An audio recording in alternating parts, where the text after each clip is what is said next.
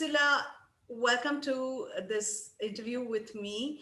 For those of you who are watching, joining me today is my guest, Priscilla Zamora from Chile, and she is the founder director of Women in Management.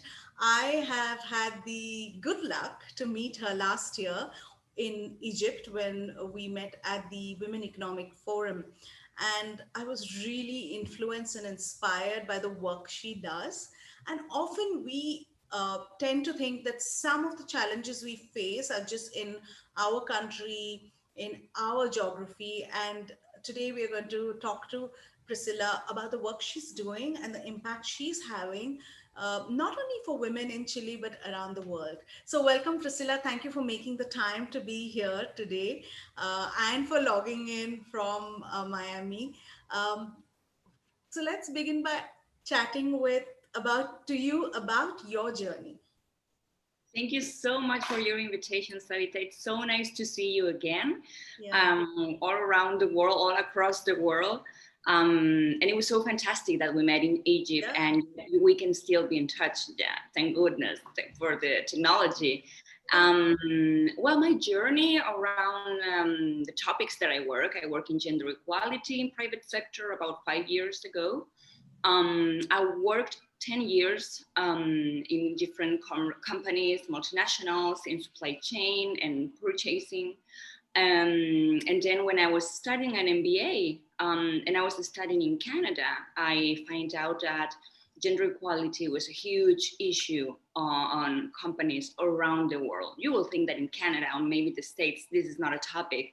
And they were way ahead about the studies and what was going on. And this was an issue rooted in our society, in all of our companies. There's not a country or a company that has completely gender equality. So I started studying there. That was 5 years ago. And when I come back to Chile, I started working again, but I felt that call, that purpose. I was like overwhelmed, like how could this be possible that we will work the same, we will get less paid, that we are half of population, yet we are not represented in leadership roles in politics or companies, private sector, you name it. There's not a sector where there are more women, except those that are around care, health, or education, which has been very impacted now with COVID. So it is very complex, but that happens not only in Chile, not only in Canada, but around the world. It's something that is actually unite all of women around the world, all of those issues. Right. And it's so big. Sometimes it sounds like a huge challenge, but I think that we can take steps every day to try to change things. And everybody can be an agent of change, women and men too. That's very important. Yeah, yeah, absolutely. You're bang on. I think maybe, and in fact, even in the last few years, there has been some change that we are seeing in this space. So tell me, with regard to women in management, the work that you do with your company, how do you, what is the work that you do and what is the impact that you deliver to the organizations that you work with? We dedicate to implementation of change in companies. We boost gender equality through communities of professionals, specifically women's network in a company. We work with them with memberships of 1 year. We work with a group of 10, 20, 30. Now we have groups of 200 women, and we're making regional groups in Latin America. We used to work only with small groups in Santiago in Chile, which is the capital, but now COVID has been awful, but I think that one or two good things that have happened is that we are more connected. Now we're using more Zoom, more WebEx, we're making online meetings. So that in a way has been good because we connect with more people from different places. Right. So we work with them, and our main topic is the solidarity between women. And sometimes we forget that in the workplace. Workplaces are not designed for us to help each other. We talk a lot about collaboration, but actually what it's the main attitude, it's competition. And we need to change that. And women, we sometimes forget it because we go to the workplace and it's everything about a competition, who sells more, who has the role, who, whatever. Right. But we need to remember that. So that's the work that we do with women. Those are annual programs. And now we're working with men too. We have annual programs for men to talk different topics, but also related to gender equality. So that's the work that we do today, implementation 100%. I think that's very interesting, and I haven't seen that happen here in India yet. So, tell me, how has COVID helped? I mean, impacted you? I've seen like, okay, you had some pros of having this. It's made you like open up your business, and you're able to reach more people. But personally and professionally, what are some of the pivots you had to make because of COVID? Well, last night when we met in March. Actually, it was the last international trip I could make. I was supposed to go to New York to a conference the next week, and then the pandemic was declared. All the trips were canceled. So, in a moment, I felt that in March of 2020, everything stopped. Mm, All the programs that I have with companies, they were frozen. Nobody wanted to invest in diversity and inclusion because nobody knew what was going to happen. Everyone was worried about how to keep working, how to keep the business floating and the operation running. So I was there in my apartment 2 weeks, like desperate. I felt that I was like walking among the walls and the roof. I was like desperate. What am I going to do? And I felt that disconnection, like I love to work with people. yeah. And all of a sudden, it was just me and my husband trying not to kill each other in the apartment. And I was like, I need to do something. I'm going to open up a virtual coffee on Right. March just to see if anybody wants to hang out. Right. And in the first time, there were like 4 people. Okay, then let's get together again with another topic. And then there were 8, and then there were 20, and then there were 50, and then there were 100 people Wow. connected, Right. talking. I think that every 2 weeks we made 25 virtual coffees last year, where they were all free. We just wanted to connect, and Right. then it was a great lab for me because I was like trying different topics, inviting different experts that I didn't know, and it was great because we kept going, we Right. kept working, we kept moving, and that was very helpful because I didn't know, and sometimes there were potential clients connected. Right. They talk to me or write me later, I saw you in the virtual coffee, let's do something, can we do something like this in my company? So I think that the key was to just keep moving. Everything can turn black in a moment, of course. It was really hard for me too because my daughter was in another country. I couldn't see her. She was in Argentina and they were in lockdown. Mm, I lost 2 close family members from because of COVID, an aunt and my grandma. yeah. So it was really hard personally too. And I think that that was for a lot of people. A lot of people lost their jobs, and a lot of people were alone in their apartments Right. with no companies. Thank God I was with my husband. We could talk to each other, but for some people it was very lonely. Yeah. So it was a very hard year personally. Um, but looking at the upside, the bright side, because we keep doing things, I ended up having the best year of my company in 5 years. Wow. So that's a good advice. Just if you face a crisis, just try different things. Maybe you don't know what's going to happen, and that's a risk because I was like, what am I doing here with 4 people or 8 people talking to each other? This, I don't know what's going to happen, but it was just trying to move on, and it worked really good. It was a good thing that we did that, but again, it was such a terrible year that in the end, the key was just to keep each other's company, keep each other supporting each other, remember the important things. I think that that's a lesson from COVID. Yeah. It made us stop and remember what is important in our work, in our personal life, with our planet, with our society. And that was a good point for diversity and inclusion. And I think that that's why we start many programs. Right. I'm really sorry to hear about your family members. And also, I'm like really happy to hear about how doing the work um, actually helped you figure out and have the best year for a company in this situation. If you could have done that, then I think in any situation, you've been resilient as a company, and then now in any situation you can turn things around, make a success of things. So yeah, kudos on having a great year as well. Moving on to my next question is, I know COVID was challenging, but overall, when you look at your life and career so far, what has been um, some of the most challenging moments from in your life, and what have been the lessons that you took away from that moment? If you could briefly share. I think that I have two main points in my life. One was when I was in college. I became a mother when I was in college. It was just me and my daughter. We didn't have any money. I didn't have even money to buy milk. It was awful. I was studying in another city. My parents were not there. My college friends actually became my sisters. They helped me through a lot.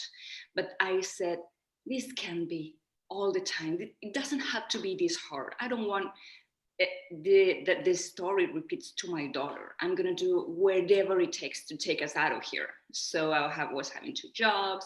I I was saving. I did a lot of type of works just to put myself through college, Mm, and I think that that determination that I didn't want her to go through the same, because I was the first one to go to college in my family.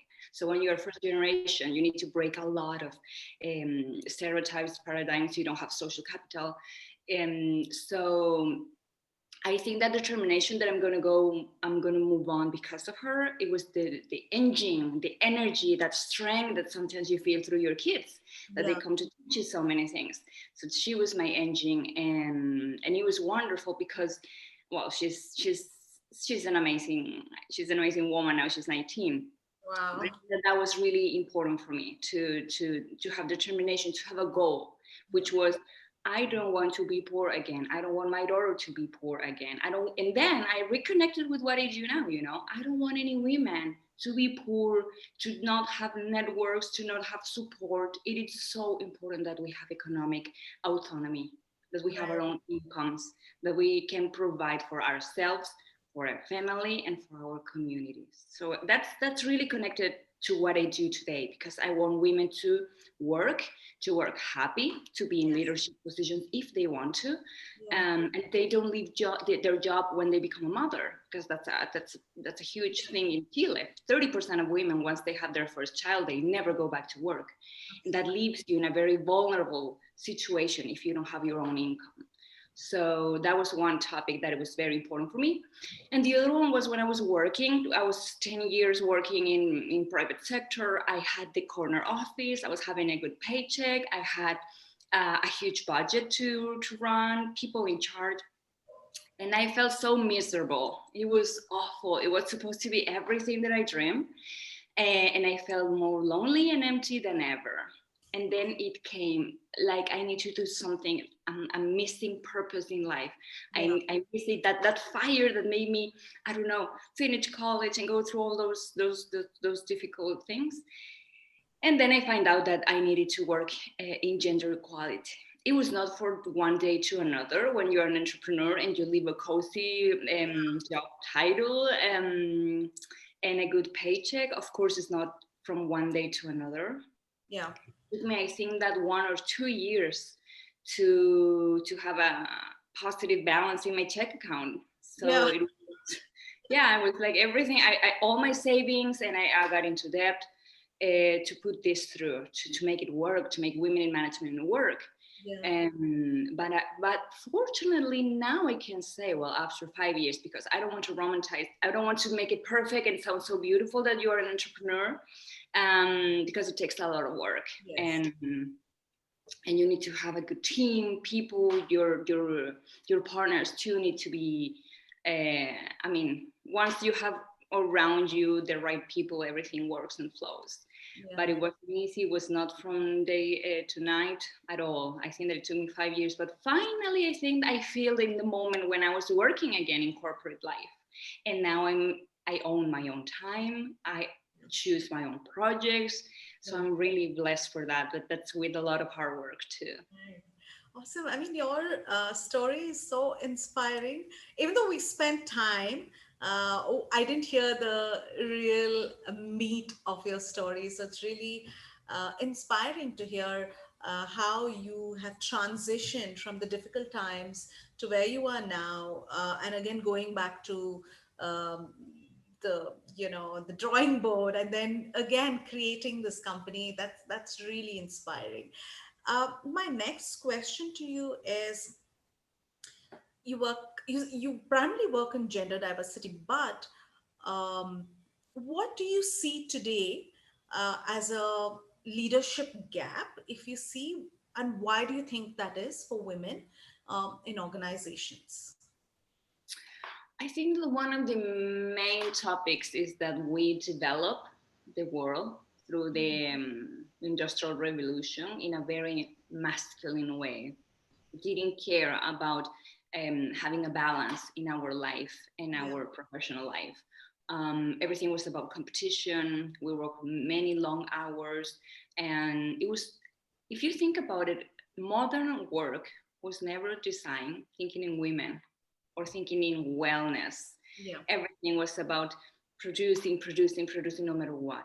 And that was bad for the environment. And that was bad for the inequality, the social inequality. And that thing, that core of how we make business, what it means to make business, is what it needs to change.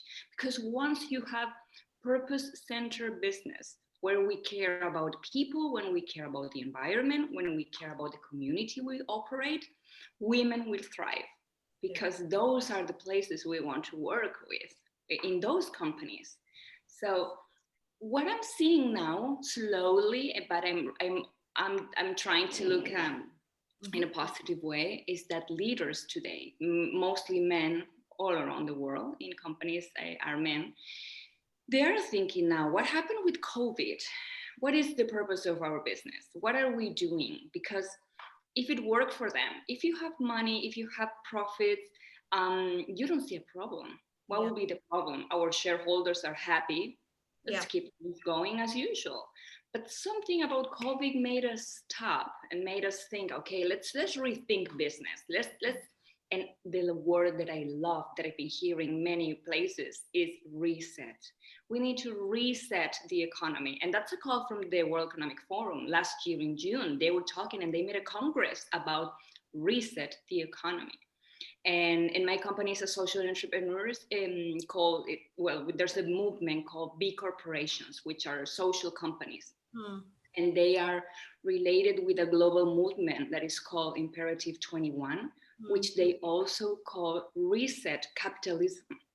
And I think that that's the key to eventually, because gender equality, it's everywhere. It's right, all around in our social interactions. right, It will come as, I think, a sustainable change. If we change the way we make business, we will hmm, change the way we relate each other. right, One can first, or both can go at the same time, yeah, but I think that one will work without the other one. We yeah, can boost gender equality in the companies that we have today. That's why it's not working, because we're forcing a change that nobody wants. But right, if you understand that you need to have purpose-centered organizations making positive impact in the world. Whatever you do, you make, I don't know, you build houses, you can have a positive impact. You can care about the community, the material, the raw material that you use. yeah, Doesn't matter the business that you run.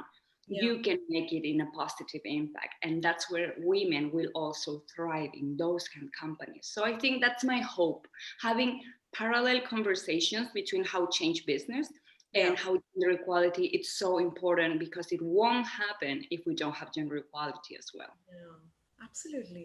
Amazing answer. Thank you for sharing that. I was actually going to ask you, my next question was going to be, what are the common challenges you see across geographies?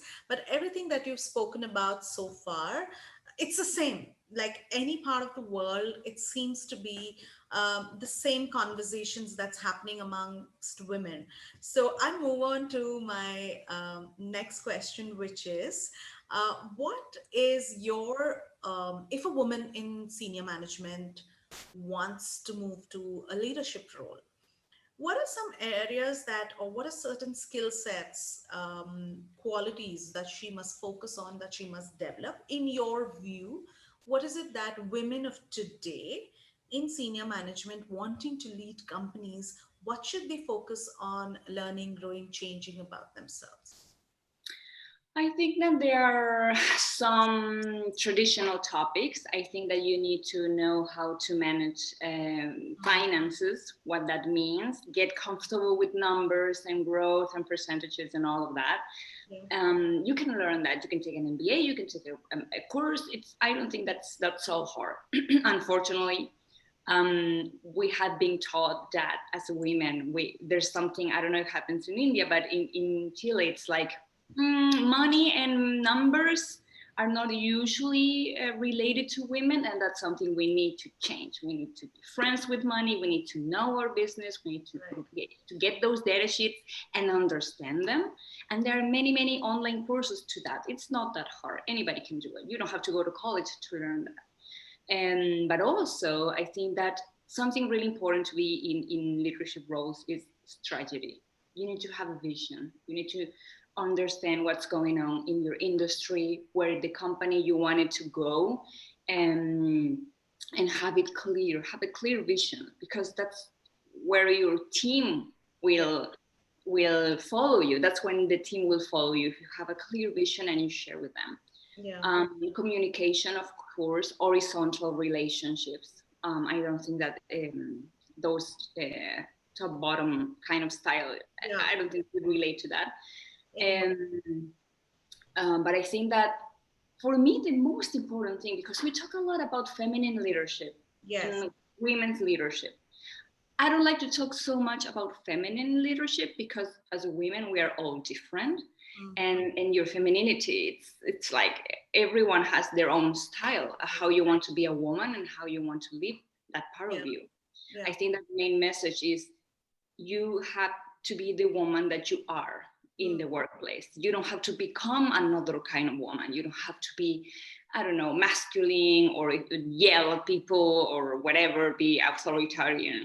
Yeah. If you are, and sometimes I think that there are some women like that, Yeah. be because you are like that. Yeah. But don't become a woman just because the room is full of men and they behave that way. And Right. that is called the queen bee syndrome. Like when Yeah. you become the only woman in the room, Yeah. it is like a technique to survive.